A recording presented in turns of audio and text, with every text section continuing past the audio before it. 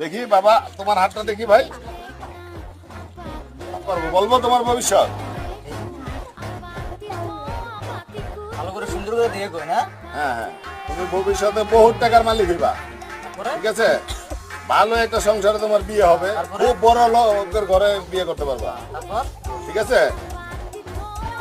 তুমি লক্ষ লক্ষ টাকা কামাইতে পারবা, ঠিক আছে বাবা? যদি লক্ষ লক্ষ টাকা কামাইতে পারবা আমি জানি, তবে তোমার একটু ঝামেলা আছে। আচ্ছা আচ্ছা, তারপর বুঝছি তো। তারপর তোমার একটু ঝামেলা আছে, যদি আমি তাবিজটা দিয়ে দেই সব ঠিক হয়ে যাবে, ঠিক আছে?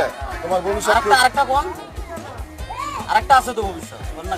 হ্যাঁ, তোমার হায়াত অনেকদিন বাঁচবা। আজ এমনি করছ না। এই বাসা গলি দেখ।